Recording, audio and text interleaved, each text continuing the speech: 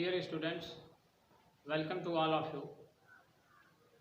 Students, कल मैंने आप सभी लोगों को केसेस के बारे में बताया था। केस अर्थात कारक। कल मैंने बताया था कि there are 3 types of the cases. Case 3 प्रकार के होते हैं: nominative case, possessive case, objective case. आइए अब उन केसेस को हम इस टेबल के माध्यम से समझते हैं, इनका क्लासिफिकेशन करते हैं कि नॉमिनेटिव केस, पॉजेसिव केस और ऑब्जेक्टिव केस होता क्या है। इससे पहले ध्यान देंगे, केस में हम नाउन का भी प्रयोग करते हैं। नाउन चाहे नॉमिनेटिव केस में हो या ऑब्जेक्टिव केस में हो, उसका फॉर्म्स कभी बदलता नहीं है। नॉमिनेटिव में जो प्रयोग करेंगे, जो रूप उसका होगा, वही रूप यदि हम ऑब्जेक्टिव में करते हैं तो वही फॉर्म्स उसका वहां भी होगा। बट यहाँ ये जो केसेज होते हैं, ये प्रोनाउंस के फॉर्म्स होते हैं, प्रोनाउंस के रूप होते हैं। नॉमिनेटिव केस, पॉजेसिव केस और ऑब्जेक्टिव केस, ये तीनों प्रोनाउंस के फॉर्म्स होते हैं। जितने भी प्रोनाउंस होते हैं इनके फॉर्म्स हैं, लेकिन इनके फॉर्म्स को समझने से पहले हम समझेंगे यहाँ पे कि नॉमिनेटिव केस के अंतर्गत, पॉजेसिव केस के अंतर्गत और ऑब्जेक्टिव केस के अंतर्गत क्या आता है। ध्यान देंगे, यहाँ आपका लिखा है नॉमिनेटिव केस। नॉमिनेटिव केस जो होता है वह पर्सनल प्रोनाउंस का ही रूप होता है। जैसे पर्सनल प्रोनाउन में, इसके पहले मैंने बताया भी होगा, पर्सनल प्रोनाउंस में होता है I, we, you, he, she, it, they. ये जितने भी यहाँ नॉमिनेटिव केस में है, ये पर्सनल प्रोनाउंस के रूप हैं। अब यहाँ से यदि हम आगे बढ़ते हैं तो दूसरा होता है पॉजेसिव केस। यहाँ पॉजेसिव केस में आप देखेंगे कि यहाँ 2 भाग में इसको विभाजित किया गया, डिवाइड किया गया। पॉजेसिव केस के 2 रूप होते हैं, पॉजेसिव एडजेक्टिव, पॉजेसिव प्रोनाउंस। इस पर थोड़ा ध्यान देंगे। ये पॉजेसिव केस के जो 2 पार्ट्स हैं, पॉजेसिव एडजेक्टिव, पॉजेसिव प्रोनाउन, ये दोनों होते क्या हैं। पहले हम ध्यान देंगे, यहाँ पॉजेसिव एडजेक्टिव में यहाँ ध्यान देंगे, लिखा है my, our, your, his, her, its, their. ये जितने भी पॉजेसिव एडजेक्टिव का मतलब होता है संबंधवाचक विशेषण। अब संबंधवाचक विशेषण का प्रयोग हम कहाँ करते हैं, फॉर एग्जाम्पल आप समझ सकते हैं। यहाँ मेरे पास एक कलम है, ये कलम फॉर एग्जाम्पल हमने किसी से ले लिया, ये मेरे पास आ गया। जब ये मेरे पास आ गया तो इसके लिए हम क्या कर सकते हैं, ये राइट कर सकते हैं या बोल सकते हैं कि this is my pen. But इसके अलावा यहाँ आप देखेंगे पॉजेसिव एडजेक्टिव में ये जितने भी दिए हैं, ये आपके संबंध को प्रकट करते हैं।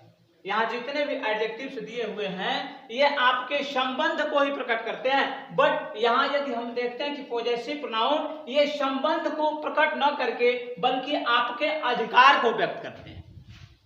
अधिकार को व्यक्त कैसे करते हैं, आइए इसे समझते हैं।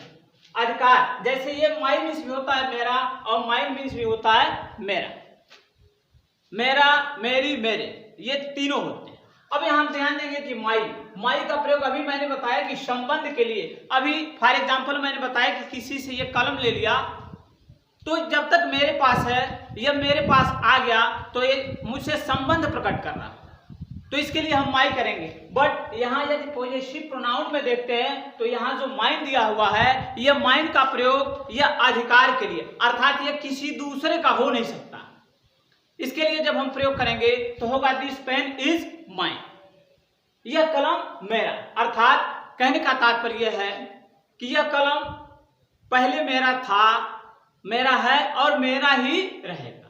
इस पे किसी दूसरे का अधिकार नहीं हो सकता। सेम वही कंडीशन होती है ours, yours, his, hers, its का ये नहीं होता है। पॉजेसिव प्रोनाउन नहीं होता है। देयर का देयर्स, ये प्लूरल होता है। यहाँ हम देखते हैं ये नॉमिनेटिव केस में, तो नॉमिनेटिव केस में हम देखेंगे तो यहाँ दे है और वी, ये दोनों प्लूरल में होते हैं, क्योंकि वी का प्रयोग भी एक ग्रुप के लिए किया जाता है और दे का प्रयोग भी 2 or more than 2 पर्सन्स के लिए इसका प्रयोग किया जाता है। अब यहाँ हम देखते हैं कि पॉजेसिव प्रोनाउंस में ये आपके दिए गए हैं, इसमें भी आपके ये 7 प्रोनाउंस है। अब इसके अलावा यदि हम देखते हैं तो ये है ऑब्जेक्टिव केस। ऑब्जेक्टिव केस में कल मैंने बताया था कि ऑब्जेक्टिव केस किसको कहा जाए। ऑब्जेक्टिव केस अर्थात कर्म कारक, वह प्रोनाउंस जो किसी क्रिया के कर्म के रूप में प्रयोग किया जाता है उसको हम कहते हैं ऑब्जेक्टिव केस।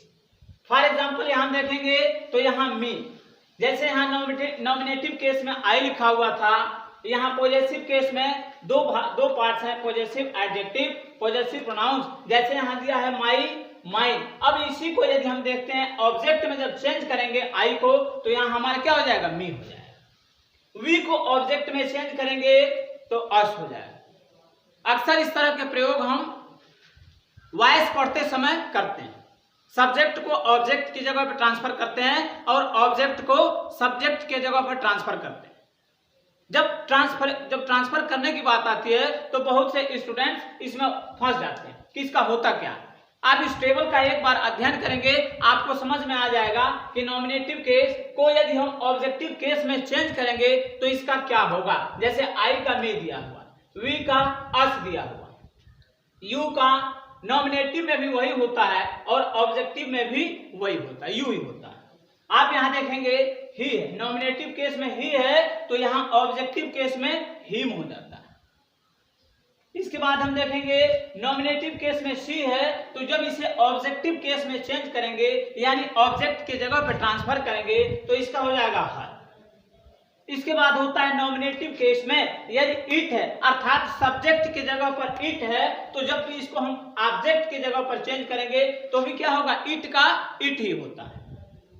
इसके बाद देखेंगे यदि नॉमिनेटिव केस में हमारा दे है तो इसको जब ऑब्जेक्ट की जगह पर ट्रांसफर करेंगे या ऑब्जेक्टिव केस में हम चेंज करेंगे तो दे का क्या हो जाएगा, देम हो जाएगा। समझ में आया। ये ध्यान देंगे, इस टेबल का अध्ययन करने के बाद आपको वॉइस बनाना एकदम आसान हो जाएगा। सब्जेक्ट को ऑब्जेक्ट के जगह पर और ऑब्जेक्ट को सब्जेक्ट के जगह पर कैसे ट्रांसफर किया जाता है और यदि सब्जेक्ट के जगह पर जो वर्ड्स दिए हुए हैं, पर्सनल प्रोनाउंस दिए हुए हैं, यदि उसे हम ऑब्जेक्ट की जगह पर ट्रांसफर करते हैं तो उसका होता क्या है। Thank you.